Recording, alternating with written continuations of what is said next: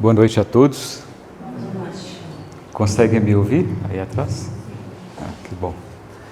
Sejam mais uma vez bem-vindos, que possamos aqui ter reflexões importantes e que no final possamos voltar para os nossos lares, pensando um pouco mais nessa mensagem do Evangelho de Mateus, no Novo Testamento da Bíblia, que diz: não saiba a vossa mão esquerda o que faz a vossa direita, a vossa mão direita. Que em princípio parece uma mensagem bastante óbvia, mas quando a gente começa a pesquisar, começamos a perceber as riquezas e quanto detalhe importante essa mensagem contém. E claro que cada um que fala sobre essa passagem do Evangelho de Mateus vai trazer um ponto de vista. Aqui eu vou trazer algumas questões que são fundamentadas na doutrina dos espíritos, algumas citações que não são de autores espíritas, mas que têm sustentação no que a gente estuda na doutrina dos espíritos. E essa uma das três questões muito importantes que me surgiram durante a pesquisa para trazer essa fala para nós, estou fazendo essa fala para mim também, e que a gente deve pensar bastante. Uma delas é na nossa própria insegurança, do quanto nós dependemos da opinião de terceiros para que nós nos sustentemos, quanto ainda necessitamos dessas opiniões de terceiros. Outra questão importante que essa mensagem de Mateus nos traz, que Mateus escreveu sobre essa mensagem de Jesus Cristo, na verdade, foi Jesus Cristo que falou, mas o Mateus que escreveu, é o cuidado que devemos ter com a nossa vaidade, daquilo que fazemos para alimentar a nossa vaidade. E um outro ponto muito interessante é o cuidado que devemos ter com a dignidade de um terceiro ou do outro, daquele a quem achamos que nós estamos fazendo algum benefício para essa pessoa. O cuidado que devemos fazer com as nossas ações quando estamos agindo em benefício de uma outra pessoa. E o imperador romano Marco Aurélio, no livro Meditações, o Marco Aurélio foi imperador romano entre o ano 161 e 180 depois de Cristo. Nesse livro Meditações, ele nos faz esse questionamento. Se logo que nós despertarmos, dirigíssemos a nós a seguinte pergunta: para que pratiquemos o que nós achamos que é justo e nobre, fará diferença sermos elogiados por outras pessoas?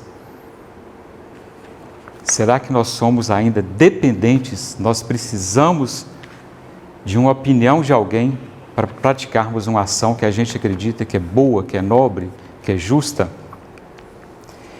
Essa é uma provocação que o Marco Aurélio nos faz e que está bem em linha com essa mensagem de Mateus no Evangelho de Cristo. Será que Jesus Cristo, nessa encarnação que ele teve 2000 anos atrás aqui na Terra, ele precisava de uma opinião de um terceiro para que ele praticasse essas ações, além de Deus, do que ele achava que Deus, da missão que ele foi destinada aqui na Terra? E quantos outros, que Jesus Cristo não foi o único que desencarnou em virtude de suas convicções, para defender suas convicções. Vários outros, podemos citar aí Sócrates, Giordano Bruno, vários outros também foram condenados, mas que durante uma encarnação nos deixaram informações extremamente grandiosas.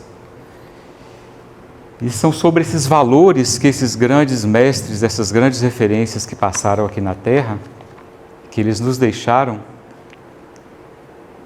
e a descrição ao praticarmos esses valores, seja por palavras, seja por ações, é essa a provocação e o que Jesus Cristo veio nos propor no Evangelho de Mateus.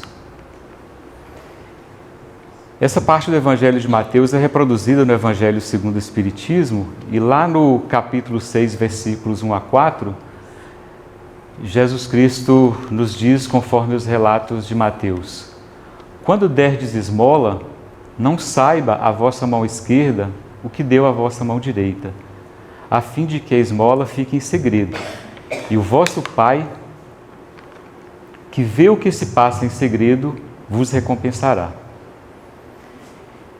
E 2 capítulos seguintes, no capítulo 8, versículos 1 a 4, Mateus, relatando Jesus Cristo, palavras de Cristo, diz: tendo Jesus descido do monte, um leproso veio ao seu encontro dizendo: Senhor, se quiseres me curar, podes me curar. Se quiseres, poderás me curar. Jesus, estendendo a mão, o tocou e no mesmo instante desapareceu a lepra. Disse-lhe então Jesus: abstém-se de falar disso a quem quer que seja, mas vai mostrar-te aos sacerdotes e oferece o dom prescrito por Moisés, a fim de que lhes sirvas de prova. Interessante que nessa sequência, ao mesmo tempo que Jesus ele pede para não falar com ninguém, ele pede que essa pessoa que foi curada vá aos sacerdotes. Como Jesus, cada palavra que ele dizia era sempre uma palavra certa, para a pessoa certa, na hora certa, essa frase tinha um contexto. Naquela época, as pessoas que sofriam de hanseníase, que muita gente conhece, a gente conhece como lepra, elas eram consideradas como mortos. Essas pessoas não tinham nenhum direito civil, nenhum direito.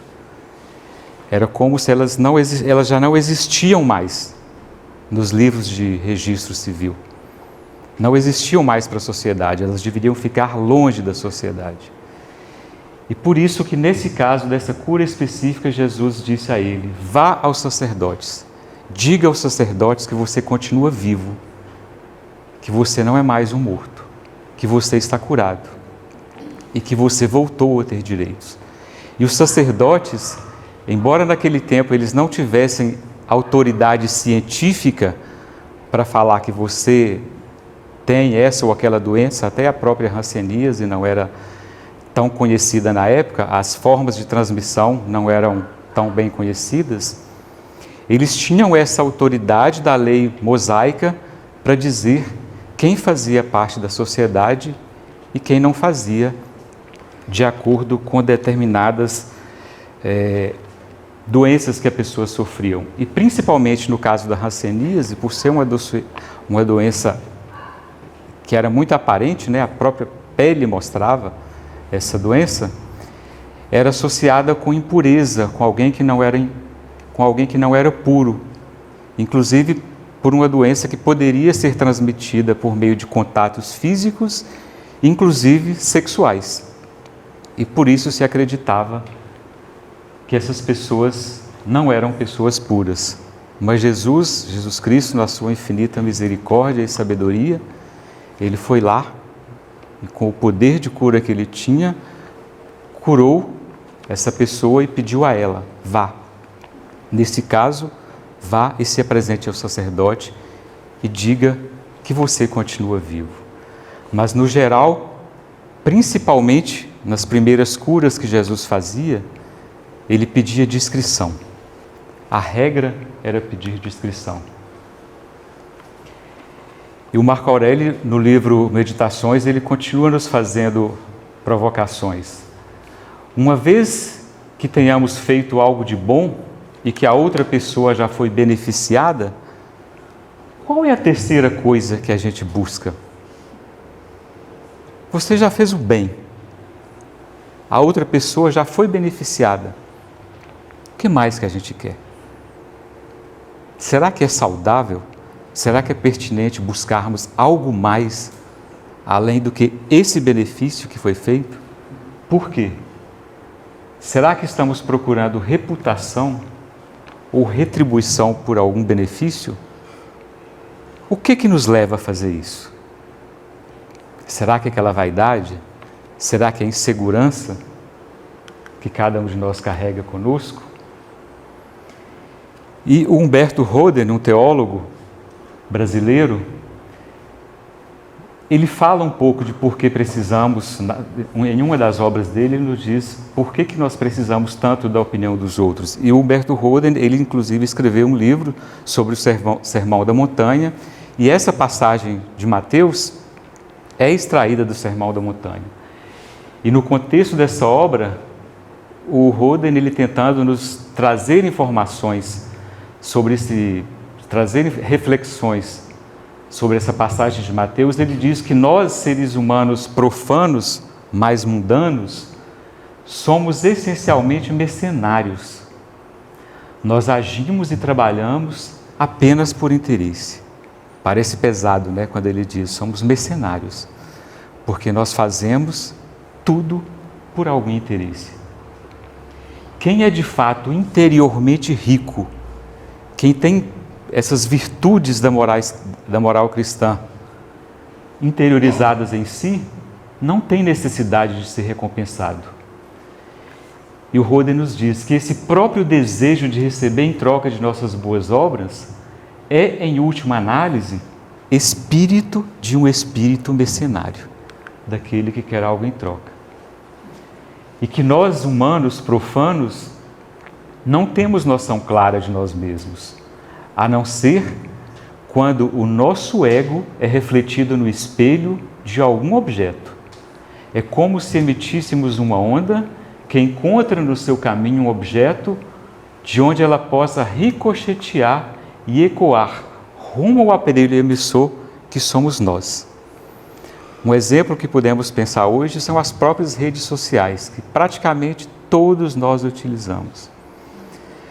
Talvez nós somos tão carentes de um elogio, de um afago, ou inseguros em relação a nós mesmos, que postamos uma série de coisas que nós achamos agradáveis em relação a nós. Seja ações efetivamente boas, ou seja, algumas questões bem materiais, como uma roupa bonita, um jantar com uma comida bem elaborada, uma viagem, e vamos lá postando na rede, esperando um afago, esperando likes, esperando uma retribuição. Com esses objetos, algo que possa ricochetear em esse aparelho emissor que somos nós, aquilo que queremos receber. E até certo ponto, a psicologia nos diz que não há problema nenhum com isso. Elogiar faz bem, faz parte da natureza humana. É bom para quem elogia e é bom para quem recebe o elogio. Quantos de nós, em determinados momentos de nossa vida, estávamos abatidos, tristes, veio alguém, nos fez algum elogio por alguma obra que a gente fez, ou por alguma característica física, ou até espiritual que alguém enxergou em nós e conseguiu nos levantar o ânimo. Então, até certo ponto, não haveria problema, mas a psicologia nos diz que esses elogios, eles são vitaminas para a nossa autoestima.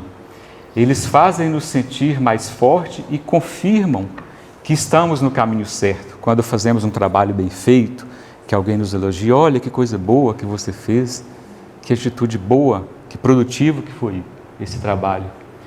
O problema é quando nós passamos a depender desses elogios para dar um passo seguinte. Quantas vezes postamos algo na rede social e ficamos ali, ansiosos, esperando 1 like, 2 likes, 3 likes, quase desesperados. Será que não estamos passando desse limite? Ficamos ali dependendo de um elogio para dar um passo seguinte. Isso acontece quando a pessoa sem autoconfiança duvida de si mesma e de sua capacidade. Então precisa de uma aprovação que vem de fora. Em vez de acreditarmos naquilo que efetivamente somos, às vezes praticamos uma obra boa, algo que foi maravilhoso para a gente ou para alguém, e de repente ninguém elogiou, ninguém deu um retorno para a gente, ninguém deu um feedback. E quando nós somos inseguros, às vezes deixamos de praticar essas boas obras, essas boas ações, porque ficamos sem esse retorno, ficamos inseguros, deixamos de acreditar em nós mesmos, quando talvez a nossa consciência esteja lhe dizendo: olha, você está no caminho certo, mas a fraqueza nos atinge, ou talvez essa vaidade de ficar esperando esse elogio, esse alguém que nos aprove, nos diz que foi feito algo bom e acabamos nos desanimando. E os Espíritos, na passagem do Evangelho segundo o Espiritismo, que trabalha com essa mensagem essa mensagem de Mateus, os Espíritos nos falam muito sobre caridade e sobre essa questão da nossa consciência de nos trazer segurança para nós mesmos por meio da nossa consciência. O nosso irmão Márcio, ele fez uma palestra muito interessante sobre sentinela vigilante e que ele já trouxe questionamentos muito interessantes a esse respeito. E os Espíritos nos trazem esse questionamento sobre a caridade moral e a caridade material. Inicialmente, falando sobre a caridade material, eles nos dizem que do supérfluo da mesa do rico, muitos pobres se alimentariam. E os Espíritos chegam a usar algumas expressões pesadas. Daquilo que sobra dos seus prazeres, alimente um pobre. Daquilo que está sobrando dos nossos prazeres, às vezes ele é uma peça de roupa que fica guardada, que ninguém está utilizando, um restinho de comida. Nas nossas cidades, às vezes aqui em Belo Horizonte, a gente está almoçando quando você está no espaço que fica mais aberto, que não tem uma porta. Essas pessoas que estão em condições mais precárias, nesse sentido de alimentação, elas passam às vezes pedindo: olha, posso comer esse restinho de comida que sobrou do seu prato? Então essa caridade material, ela ainda, para muitos, ela ainda é necessária, e muito necessária. Mas que existe principalmente a caridade moral, que nada custa materialmente falando. E que essa caridade moral, todos nós podemos praticar, mas ela é a mais difícil de se exercer. Porque ela talvez não seja simplesmente um restinho de comida, talvez não seja uma peça de roupa que a gente quer. Ela nos exige um pouco mais de nós, um pouco mais de disposição para fazer o bem efetivamente. A caridade moral consiste em as criaturas se suportarem umas às outras. Grande mérito há em um homem saber calar-se, deixando fale o outro mais tolo do que ele. É um gênero de caridade. Até sabermos nos calar na hora certa, é um gênero de caridade. Quantas mães, todos nós já devemos, possivelmente já passamos por exemplos assim, quantas mães que têm filhos que passam por situações difíceis, alguns envolvidos com violência, quantas mães pedem perdão a Deus para os seus próprios filhos e elas pedem em silêncio, no íntimo delas, porque elas sabem que se elas fizerem isso publicamente, talvez até esses próprios filhos vão recriminá-las. Mas no íntimo do coração delas, elas estão ali pedindo a Deus que ajude aquela pessoa, ajude aquele filho que está precisando de um auxílio naquele momento. E o Marco Aurélio, ainda no livro Meditações, ele nos diz que a alegria do ser humano consiste em fazer o que é característico do ser humano. E que característico do ser humano é a benevolência no trato com aqueles que são da sua espécie. Entre outras coisas, ele continua exemplificando mais coisas que são característicos do ser humano. E o Marco Aurélio nos diz que nós nascemos para fazer o que é justo e bom.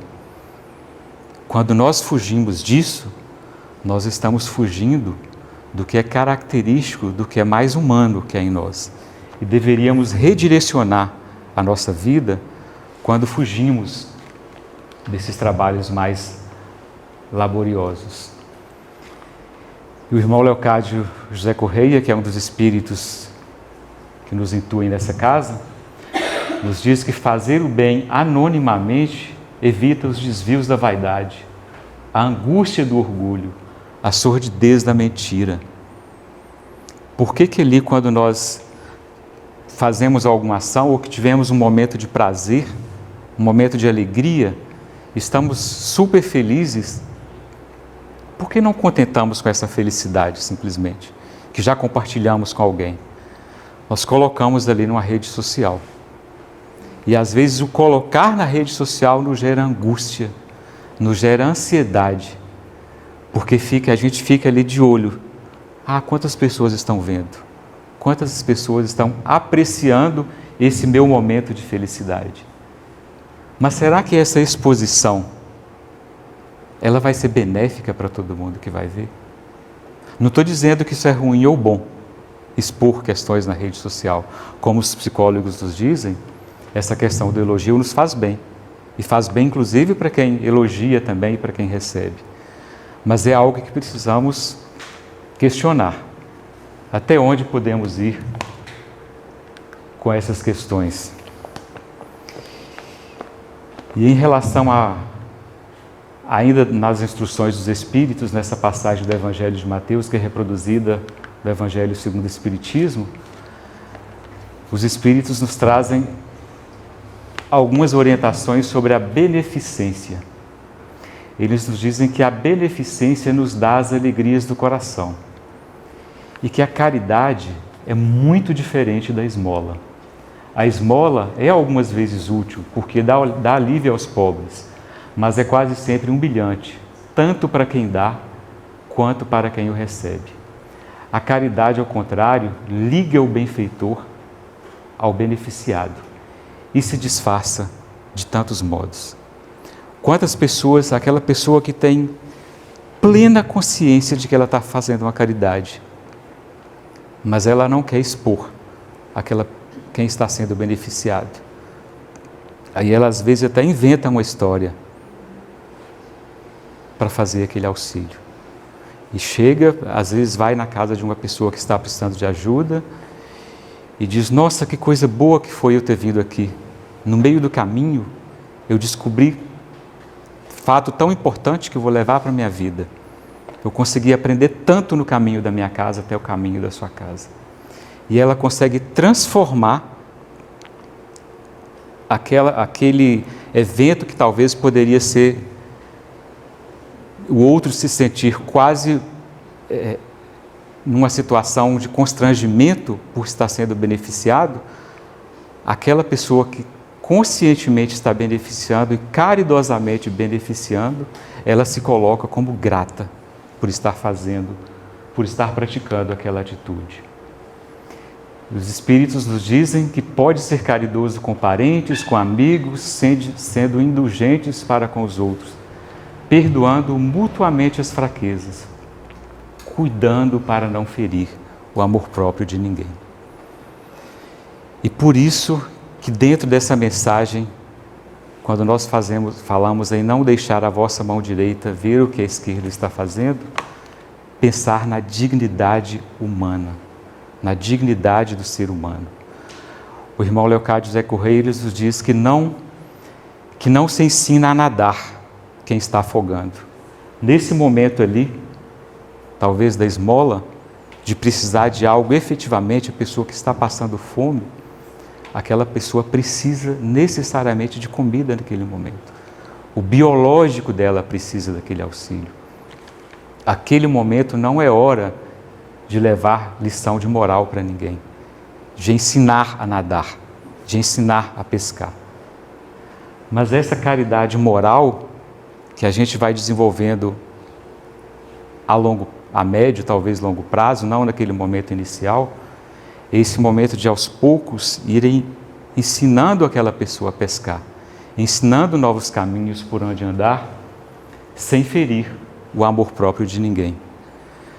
Porque imagina alguém que está em extrema necessidade, e principalmente nesses auxílios que, quando a gente pensa nas grandes, talvez contraditório a gente falar nas grandes minorias, mas existem múltiplas classes daquelas que nós consideramos hoje minoria, pessoas precisando de auxílio e precisando de ajuda mesmo e da nossa compaixão. Imaginem o nível de humildade que é chegar para alguém e dizer: meu amigo, eu não estou dando conta de passar por essa situação sozinho. Por favor, me ajude. Isso é um nível, é para alguém que já alcançou uma humildade razoavelmente elevada. Pedir ajuda e reconhecer que não dá conta de caminhar sozinho naquele momento. E de pedir ajuda. E para muitos é um momento constrangedor. Então a gente tem ter esse olhar fraterno para dizer sim, para dizer não. Eu me lembro quando eu tinha aproximadamente 13, 14 anos de idade, a gente morava na área rural do município e meu pai, para a gente estudar na cidade, tinha que trabalhar. Não tinha condição, o pai não tinha condição de manter pessoas em outra casa sem trabalho. Eu tinha 13 anos, praticamente, hoje a gente vê uma pessoa de 13 anos como uma criança. Eu saí não fui em todos, mas em vários comércios da minha cidade, pedindo emprego. Eu tive que pedir emprego.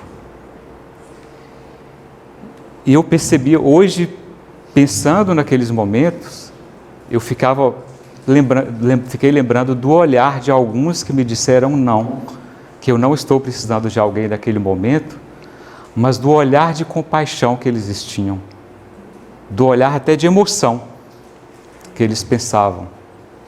Olha, mas que dignidade, que educação que talvez o pai e a mãe dessa criança ou desse adolescente trouxe para ele. O Leocádio Zacurrei nos diz que o próximo é sempre chamamento para que o homem estenda as mãos, faça interação, perdoe, procure compreender, exista na humildade, mude comportamento, ajude despretensiosamente. O que o irmão Leocádio quer nos dizer é que esse próximo, o nosso próximo, é sempre a nossa grande oportunidade de fazer essa beneficência. O próximo é a nossa grande oportunidade de nos elevarmos a Deus, de fazermos esse olhar fraterno, de olhar com mais benevolência, com mais compaixão aquele que está do nosso lado. Em certo livro, Chico Xavier nos diz que, se eu não me engano, com a mensagem do Emmanuel, ele diz: nunca perca a oportunidade de fazer o bem para alguém. Nunca perca a oportunidade de ajudar alguém. É ali que você está sendo chamado a ser efetivamente grande, a mostrar efetivamente os seus valores.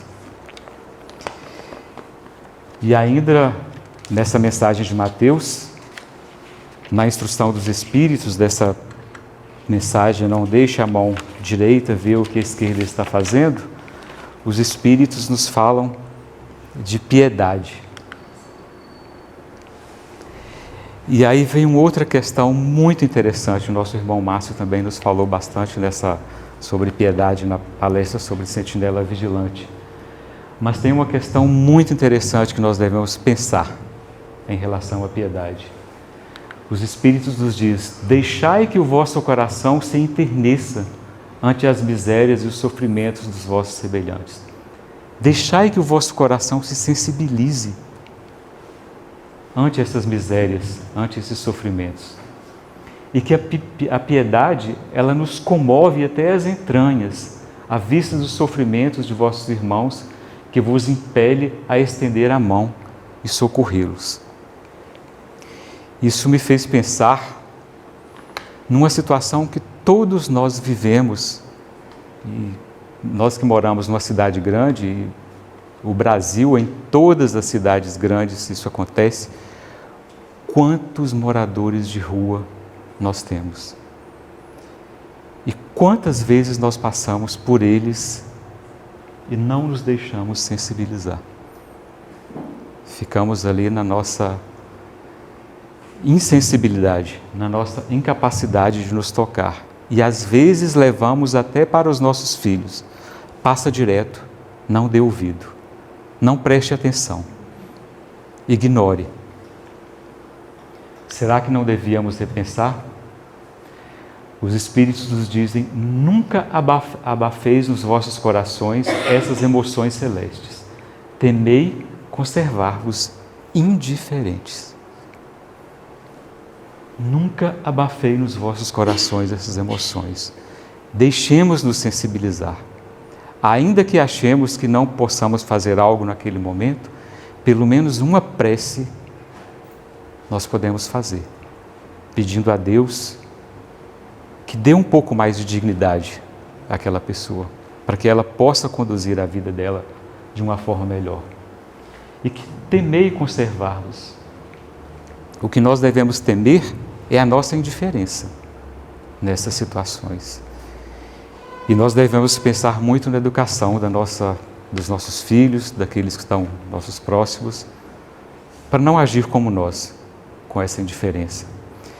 E pensando no Brasil, nessa situação que o Brasil vive, e todas as cidades grandes, cidades até de porte médio, com tantas pessoas necessitadas, nós deveríamos pensar em sensibilizar todas as esferas de governo, estadual, federal, municipal, os poderes constituídos, executivo, legislativo, judiciário, a sociedade como um todo, empresas, cidadãos civis, de nos mobilizarmos.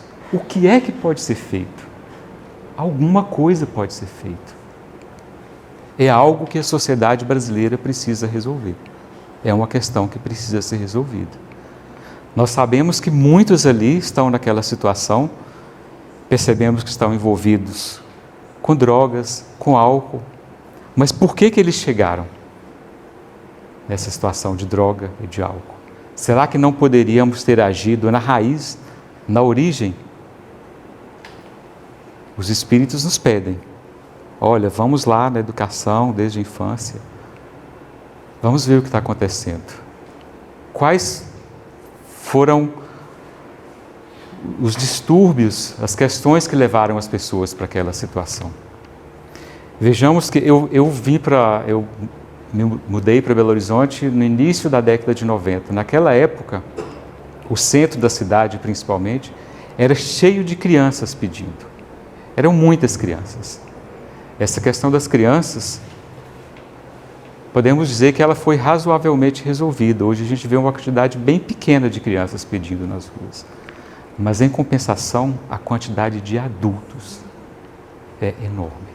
Se conseguimos resolver essa questão das crianças, nós temos potencial moral, potencial intelectual, potencial afetivo, potencial na ciência, na psicologia, para agir nessas raízes, para que essas pessoas não cheguem a esse ponto. E o Leocádio José Correia nos diz que é impossível encontrar um ser humano feliz que não seja absolutamente dedicado a um trabalho ou uma causa alheia à sua própria vida. Se nós não nos dedicarmos, por um momento mínimo que seja, a alguma causa que não seja somente o nosso bem-estar, será impossível sermos felizes. Somos seres essencialmente sociais. Vivemos em fraternidade. Os Espíritos, ainda nessa mensagem de Mateus, eles nos chamam a atenção para os órfãos. Se soubessem o quanto é triste ser só e abandonado, sobretudo na infância, que divina caridade amparar uma pobre criatura abandonada, evitar que sofra de fome, frio, dirigir-lhe a alma, a fim de que não desgarre para o vício. Felizmente, hoje, essa questão dos órfãos é uma questão que já há um encaminhamento razoável, mas ainda acontece. E os Espíritos nos dizem: dai delicadamente, juntai ao benefício que fizerdes o mais precioso de todos os benefícios, o de uma boa palavra, o de uma carícia, o de um sorriso amistoso. Evitai esse ar de proteção, que equivale a revolver uma lâmina no coração que sangra, e considerai que fazendo o bem, trabalhai por vós mesmos. Evitai esse ar de proteção. A gente volta naquela ideia da dignidade, que é uma ideia que foi muito trabalhada por um filósofo chamado Immanuel Kant, e que essa dignidade que se chama que hoje foi muito direcionado para a dignidade da pessoa humana.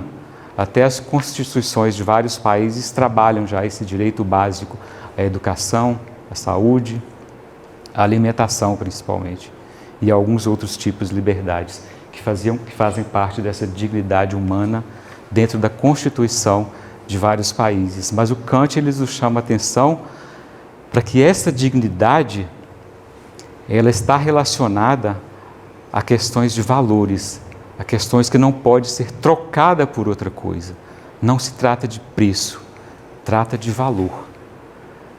Todas as pessoas, mesmo aquelas que estão morando na rua, elas carregam dentro de si valores.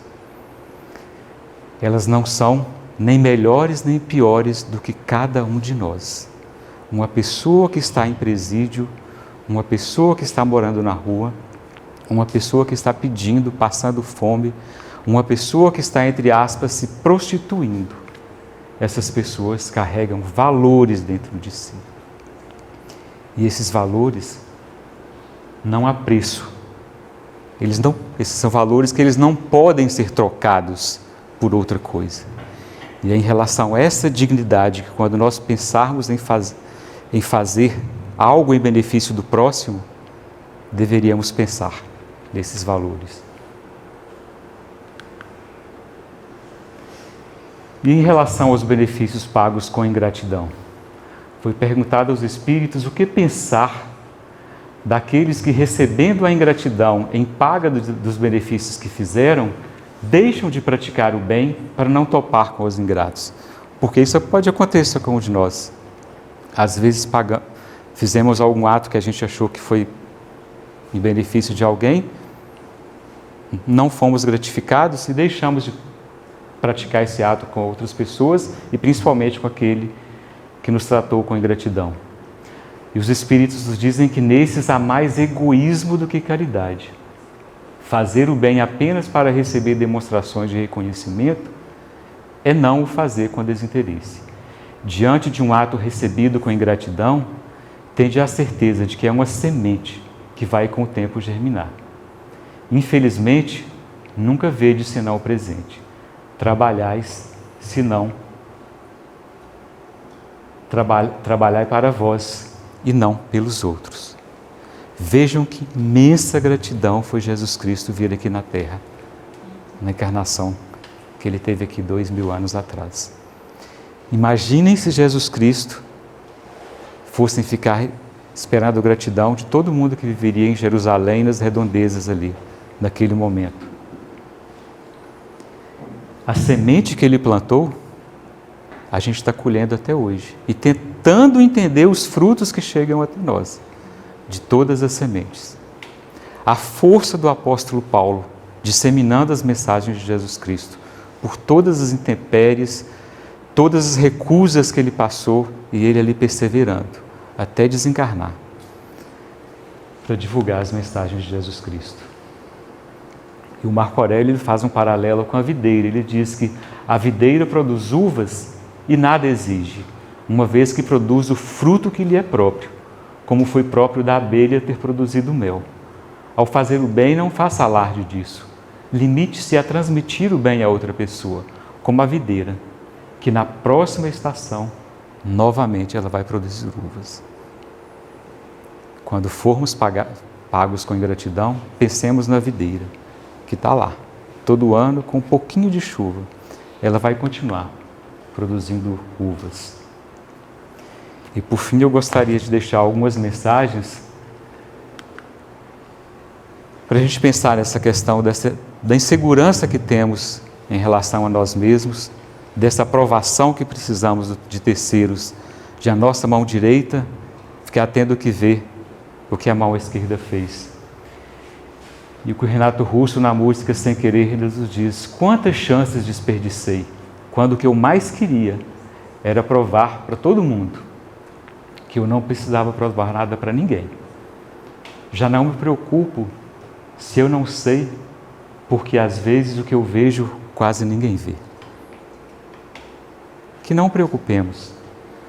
Quanto tempo a gente desperdiça ali ansiosos esperando um like, esperando a aprovação, quando já poderíamos estar fazendo um bem para um terceiro, um quarto, um quinto, mas esperando essa aprovação. E o Chico Xavier, em outra frase, nos diz: não perca seu tempo se defendendo ou tentando provar nada para ninguém. Sua consciência é seu mestre e seu guia. Só Deus sabe de suas intenções, da sua bondade e de seus defeitos. O que importa de verdade é o que você pensa e sabe de si mesmo. E Humberto Rodan, reforçando, ele diz: como somos dependentes e escravos da opinião pública. Quando conseguirmos ultrapassar essa fronteira invisível, toda a firmeza e segurança virá de dentro de nós. Essa fronteira invisível que a gente precisa ultrapassar, de não ficar esperando esse apoio da opinião pública, está dentro de nós. O homem que conhece a si mesmo é árbitro de sua própria vida e não necessita de olhar para a esquerda, para a direita, para trás, para os lados. Vai simplesmente fazer o bem. E o irmão Leocádio, José Correia, ele nos diz que são poucas as experiências em que o homem sente, percebe que são mais fortes do que a aprovação dos seus iguais. E que o exercício do altruísmo elevado não aparece naturalmente. Para sermos altruístas de verdade, precisamos de algum esforço. É resultado da consciência crítica, do autoconhecimento, do esforço e da disciplina pessoal, pois contraria o próprio ego humano. Aquela ideia que o Roden nos propôs lá no início e que os psicólogos nos falam do elogio.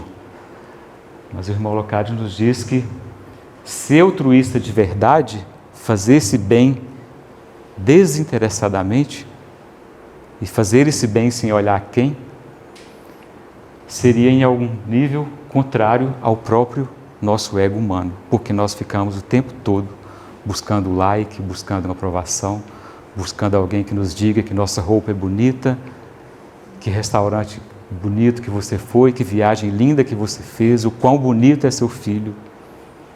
Mas nós esquecemos que a vida na Terra é uma vida de desafios e que a humanidade inteira, inclusive nós, passamos por esses desafios e precisamos de fraternidade. Mas essa fraternidade deve ser praticada pelo que é mais, com fundamento no que há mais belo em nós, com aquele fundamento que Mateus escreveu e que Jesus Cristo nos diz: não deixai a sua mão esquerda ver o que a direita está fazendo. É com essas mensagens que eu gostaria que voltássemos para nossa casa com essas reflexões, talvez pensando em sermos um pouco mais seguros, um pouco mais fortes, um pouco mais convictos das nossas atitudes, um pouco mais fortes em nos deixar sensibilizar quando olharmos alguém que está passando por determinadas necessidades, que não ficamos insensíveis, que não fiquemos frios e que principalmente mostremos para os nossos filhos: olha, esse lado da vida existe. Claro que todos que estão ali, muitos que estão passando por necessidade já estão com a consciência, como Chico Xavier diz em determinada oportunidade, entorpecida por droga, entorpecida por álcool, mas talvez muitos chegaram ali a causa, no motivo ou na série de motivos que deu origem a essas situações, eles não estavam numa situação assim. Então a sociedade precisa se unir em todas as suas esferas de poderes, em todas as esferas de atuações, para que possamos atuar para resolver desde essas questões mais materiais, daquele que está passando fome, até essas questões mais morais, mais psicológicas, porque quantos de nós estamos carentes emocionalmente? Todos nós sabemos de questões como a depressão, que muitos dizem que é o mal do século. Estamos carentes de afetividade, de entender os porquês da vida, e que talvez principalmente estejam ligados a interpretações das mensagens de Jesus Cristo. Quantos deixaram de acreditar em Deus, de acreditar nas mensagens de Jesus Cristo, por causa de um Deus que foi apresentado, de uma imagem de Deus que foi apresentada para eles, e que é um Deus que só fazia sofrer mais, quando o que Jesus Cristo veio nos trazer foi mensagens de libertação, mensagens de amor, para olharmos um ao outro com fraternidade. Então, que voltamos para os nossos lares com um pouco mais de serenidade e tentando ser um pouco mais firmes nas nossas boas ações. Muito obrigado a todos.